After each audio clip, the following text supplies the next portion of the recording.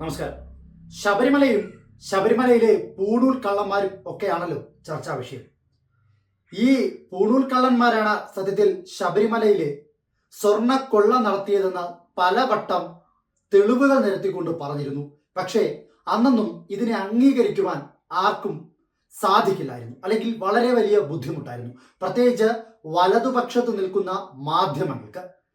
അതായത് ഈ പ്രശ്നങ്ങൾ എങ്ങനെയെങ്കിലും ഇടതുപക്ഷത്തിന്റെ തലയിൽ ചാരിയിട്ട് ശബരിമലയിലെ സ്വർണ്ണക്കൊള്ള നടത്തിയത് ഇടതുപക്ഷക്കാരാണെന്ന് വരുത്തി തീർത്തിട്ട് ഇത്തരത്തിലുള്ള തന്ത്രി പൊങ്കവന്മാരെ രക്ഷപ്പെടുത്തുവാനുള്ള ശ്രമങ്ങൾ നടത്തിയതായിരുന്നു നമ്മുടെ മാധ്യമങ്ങൾ. ഇപ്പോ അവർക്ക് മുന്നിലേക്ക് കുറച്ച് പഴയ ദൃശ്യമാണ്, എന്നാലും ഈ ദൃശ്യം ഒന്ന് കാണിക്കുകയാണ്.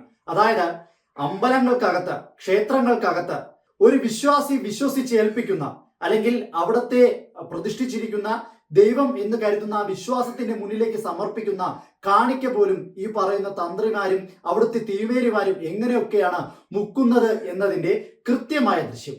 അതായത് ആ ക്ഷേത്രങ്ങളിലേക്ക് വരുന്ന വരുമാനം, അത് ഒരുപക്ഷെ വിശ്വാസികൾ കൊടുക്കുന്ന കാണിക്കയാകാം, അല്ലെങ്കിൽ മറ്റെന്തെങ്കിലും തരത്തിൽ വരുന്ന കാശാകാം, സ്വർണ്ണത്തുട്ടുകളാകാം, ആഭരണങ്ങളാകാം, എന്തുമായിക്കൊള്ളട്ടെ, എങ്ങനെയാണ് അവിടെ ആ ദൈവത്തെ ആരാധിക്കുന്ന, പൂജിക്കുന്ന, സേവിക്കുന്ന, ഒരുപക്ഷെ ദേവസ്വം ബോർഡിന്റെയൊക്കെ തന്നെ ശമ്പളം പറ്റുന്ന തിരുമേനിമാരാകാം, തന്ത്രിമാരാകാം, പൂജാരിമാരാകാം, ഇവരൊക്കെ എങ്ങനെയാണ് മുക്കുന്നതെന്നും കക്കുന്നതെന്നും തെളിവാക്കുന്ന ഒരു ദൃശ്യം. കുറച്ചുനാൾ മുമ്പ് വന്ന ദൃശ്യമാണെങ്കിലും ഈ ഒരു സാഹചര്യത്തിൽ കൃത്യമായി ജനങ്ങൾക്ക് മുന്നിൽ കാണിക്കേണ്ട ദൃശ്യം തന്നെയാണിത്.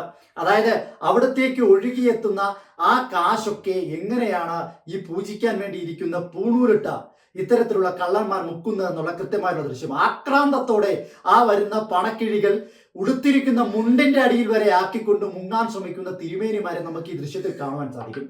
സ്ഥിരം കാഴ്ചയാണ്, ക്ഷേത്രങ്ങളിലെയും അമ്പലങ്ങളിലെയും ഒക്കെ സ്ഥിരം കാഴ്ചയാണ്. എന്തിനേറെ പറയുന്നു, ആരാധനയാണ് വലുത്, വിശ്വാസമാണ് വലുത്, വിശ്വാസികളാണ് വലുതെങ്കിൽ ഇത്തരത്തിലുള്ള തിരുമേനിമാർക്കും തന്ത്രിമാർക്കും ഒക്കെ എന്തിനാണ് ഇത്രയും വലിയ ആഡംബര സൗധങ്ങൾ? അതിൻ്റെയൊക്കെ ആവശ്യമുണ്ടോ?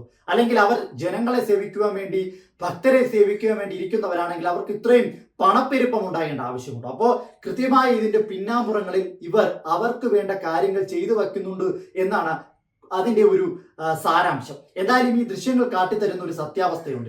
ആ അമ്പലങ്ങളിലേക്ക്, ക്ഷേത്രങ്ങളിലേക്ക് വിശ്വാസികൾ നൽകുന്ന കാണിക്കകൾ, അത് എങ്ങനെയാണ് അവിടെ നിന്നും അവിടെയുള്ള ഉദ്യോഗസ്ഥരും ജീവനക്കാരും പോലും അറിയാതെ മുണ്ടിന്റെ ഇടയിൽ പോലും ആക്കിക്കൊണ്ട് മുങ്ങുന്ന തിരുമേനിമാരുടെ ദൃശ്യങ്ങളാണ് നമ്മളിപ്പോൾ കണ്ടത്. സ്ഥിരം പല്ലവി തന്നെയാണ്.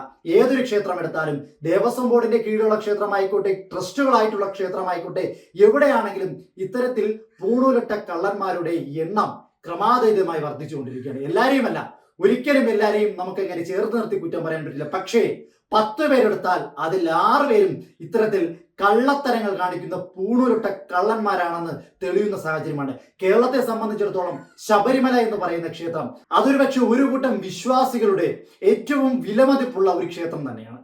അവിടെയാണ് ഇത്തരത്തിൽ തന്ത്രിയെ തന്നെ വലിയൊരു സ്വർണ്ണക്കൊള്ളയുടെ പേരിൽ അറസ്റ്റ് ചെയ്യുന്ന സാഹചര്യം പോലും ഉണ്ടാകുന്നത്.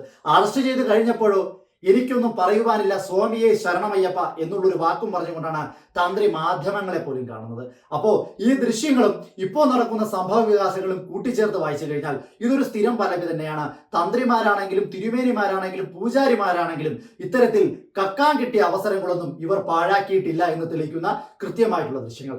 എന്തായാലും ശരി, ശബരിമലയിലെ സ്വർണ്ണക്കൊള്ള, ആ സ്വർണ്ണക്കൊള്ളയെ എങ്ങനെയും ഇടതുപക്ഷത്തിന്റെ തലയിൽ ചാരി രക്ഷപ്പെടാമെന്ന് കരുതിയ വലതുപക്ഷ മാധ്യമങ്ങൾക്കും, അതുപോലെ തന്ത്രി പുങ്കവന്മാരെ സേഫാക്കാൻ ശ്രമിച്ച മറ്റുള്ള തന്ത്രിമാരാണ് എന്തോ വലിയ സംഭവങ്ങൾ എന്ന് വിചാരിക്കുന്ന എല്ലാത്തരം സംഖ്യകൾക്കും ഇതൊരു പാഠമാണ്.